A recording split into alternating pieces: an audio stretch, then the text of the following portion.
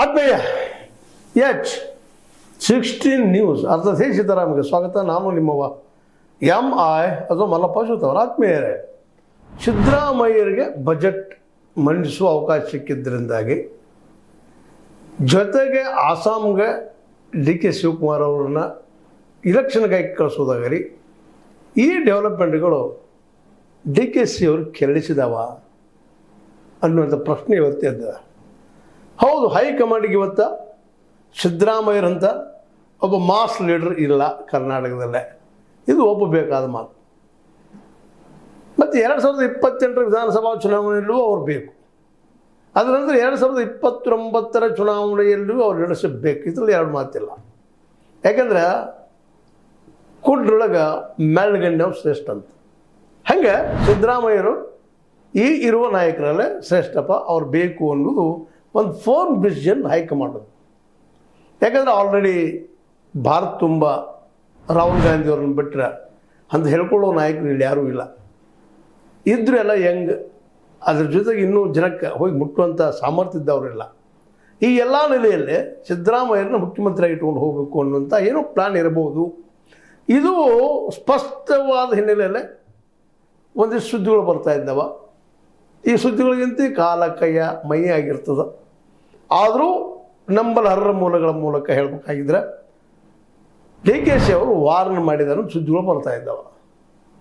ನನಗೆ ಬೇರೆ ಆಪ್ಷನ್ಸ್ ಇದ್ದಾವೆ ಅಂದರೆ ಏನಂತ ಅರ್ಥ, ಈಗಾಗಲೇ ಮಲ್ಲಿಕಾರ್ಜುನ ಖರ್ಗೆ ಅವ್ರಿಗೆ ಮೆಸೇಜ್ ಕೊಟ್ಟಿದ್ದಾರಂತೆ ಸುದ್ದಿಗಳಿದ್ದಾವೆ. ಸತ್ಯ ಸುಳ್ಳು ಇನ್ನು ಮಲ್ಲಿಕಾರ್ಜುನ ಖರ್ಗೆ ಅವ್ರು ಹೇಳ್ಬೇಕು, ಅವ್ರಿಗೆ ಬಿಟ್ಟಿದ್ದು. ಬಟ್ ಆಪ್ಷನ್ಸ್ ನಮಗಿದ್ದಾವೆ ಅನ್ನುವಂಥದ್ದು ಈಗ ನಾವು ಕೇಳಿದ್ದದ, ಅದ್ರ ಬಗ್ಗೆ ಸಾಕಷ್ಟು ಮಾತುಗಳು ಮಾತಾಡಿದ್ದದ.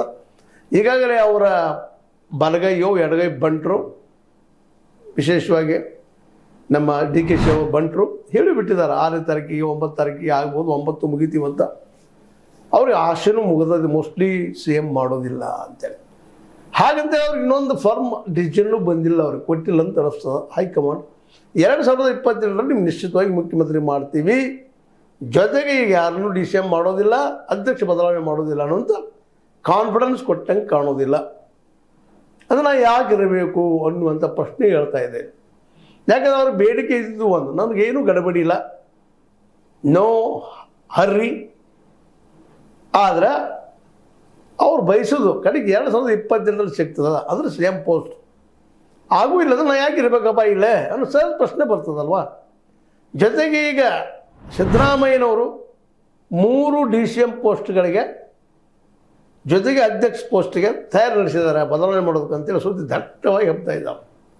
ಇದರಿಂದಾಗಿ DKC ಅವರು ಯಾಕೆ ಇರಬೇಕಪ್ಪ ಕಾಂಗ್ರೆಸ್ನಲ್ಲೇ? ಕಟ್ಟರ್ ಕಾಂಗ್ರೆಸ್ಸಿಗ ಮೊದಲಿಂದ ಬಂದಂಥವ್ರು, ಪಾರ್ಟಿ ಸಲ ದುಡಿದಂಥವ್ರು. ಸಿದ್ದರಾಮಯ್ಯರಿಗಿದ್ರು ಒಂದು ಕೈ ಮೇಲೆ, ಅದರಲ್ಲಿ ಎರಡು ಮಾತಿಲ್ಲ. ಅಂದಾಗ ಅವ್ರು ಯಾಕೆ ಇರಬೇಕು? ತನ್ನ ಸೀನಿಯರ್ ಇದ್ದರೂ ಸಿದ್ದರಾಮಯ್ಯ ಬಿಟ್ಟುಕೊಟ್ಟಿದ್ದಾರೆ. ಇಲ್ಲಪ್ಪ ಅವ್ರು ಮಾಸ್ ಲೀಡರು, ನಮ್ಮ ಸೀನಿಯರ್ ಅಂತೇಳಿ ಅವ್ರ ಮಾತು ನಮಗೆ ವೇದ ವಾಕ್ಯ ಅಂತ ಹೇಳ್ಕೊಂಡಿದ್ದಾರೆ. ಆ ಸುಳ್ಳೋಗ್ರನ್ನ ಅವ್ರಿಗೆ ಬಿಟ್ಟಂಥ ವಿಷಯ. ಆದರೂ ಒಪ್ಕೊಂಡಿದ್ದಾರೆ ಅವ್ರ ನಾಯಕತ್ವವನ್ನು.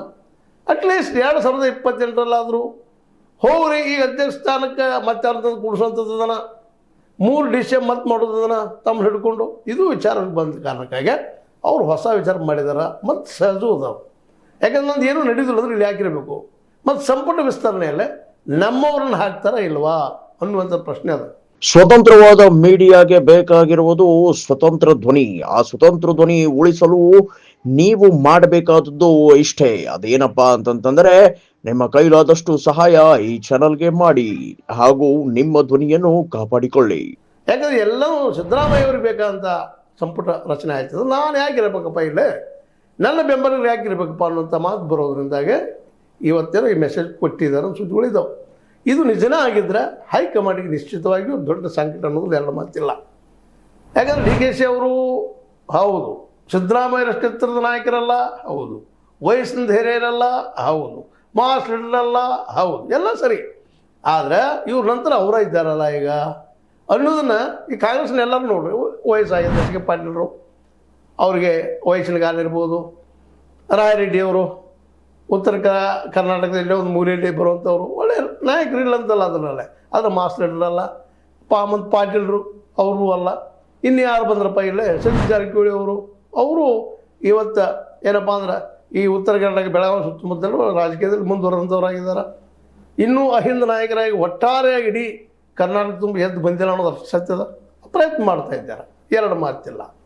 ಹೀಗಾಗಿ ಇವತ್ತು ತನಗಿಂತಲೂ ಹಿಂದಿದ್ದಂಥವ್ರನ್ನ ತನ್ನ ಮೇಲೆ ಕೂಡಿಸೋದ ಪ್ರಯತ್ನ ನಡೆದ್ರೆ ನಾನು ಯಾಕೆ ಸಣ್ಣ ಮಾಡಬೇಕು ಅನ್ನೋದು ಡಿ ಕೆ ಶಿ ಅವರ ಸ್ಪಷ್ಟವಾದ.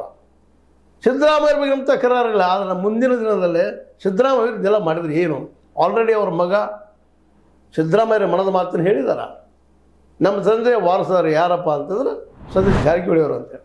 ಹೀಗಾಗಿ ಎಲ್ಲ ನೆಲೆಗಟ್ಟಿನಲ್ಲೇ ನಾನು ಯಾಕಪ್ಪ ಇರಬೇಕು, ನನಗೆ ಇನ್ನೊಂದು ಆಪ್ಷನ್ ಅದ ಅನ್ನೋಂಥ ಮಾತು ಮಾತಾಡಿದಾರೆ. ಇದು ನಿಜವೇ ಆಗಿದ್ದರೆ ನಿಶ್ಚಿತವಾಗಿಯೂ ಹೈಕಮಾಂಡ್ ಇವತ್ತು ಚಿಂತನೆ ಮಾಡಬೇಕಾಗಿದೆ ಇವತ್ತು.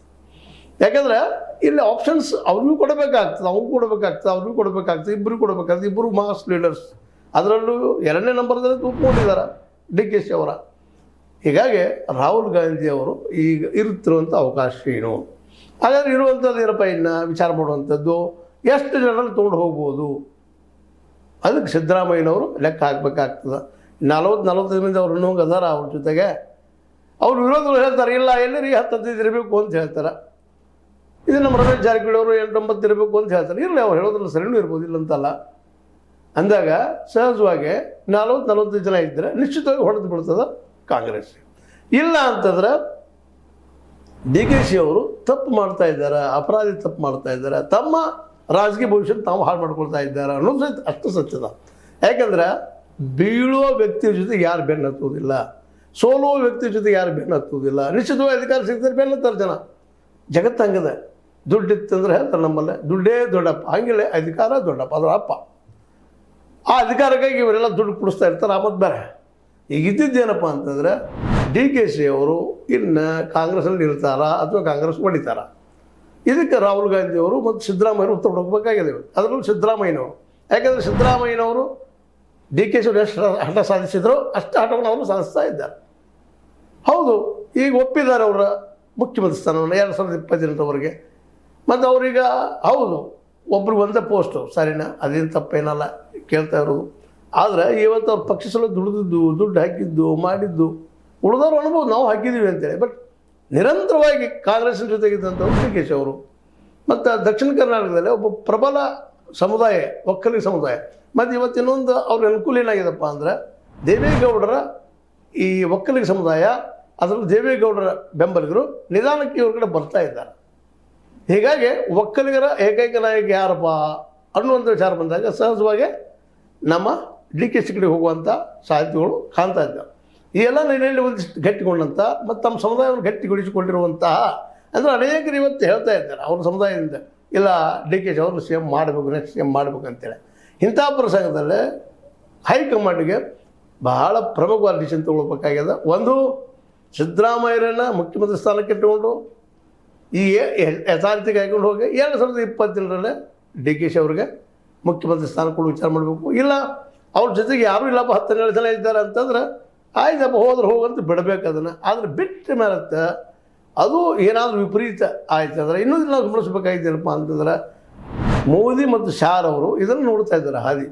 ಸ್ವಲ್ಪ ಹೊರಗೆ ಬಂದರೆ ಸಾಕು, ಅವ್ರು ಬೇಕಾಗಿದ್ದು ಡಿ ಕೆ ಶಿವಕುಮಾರ್ ಅವ್ರು ಗೆದ್ದು ನಿಲ್ಲಬೇಕು, ವಿರೋಧ ಮಾಡಬೇಕು, ಹೊಡಿಬೇಕು. ಅದು ಕರ್ನಾಟಕದಲ್ಲಿ ಅಷ್ಟೇ ಅದ ಇವತ್ತು ಕಾಂಗ್ರೆಸ್.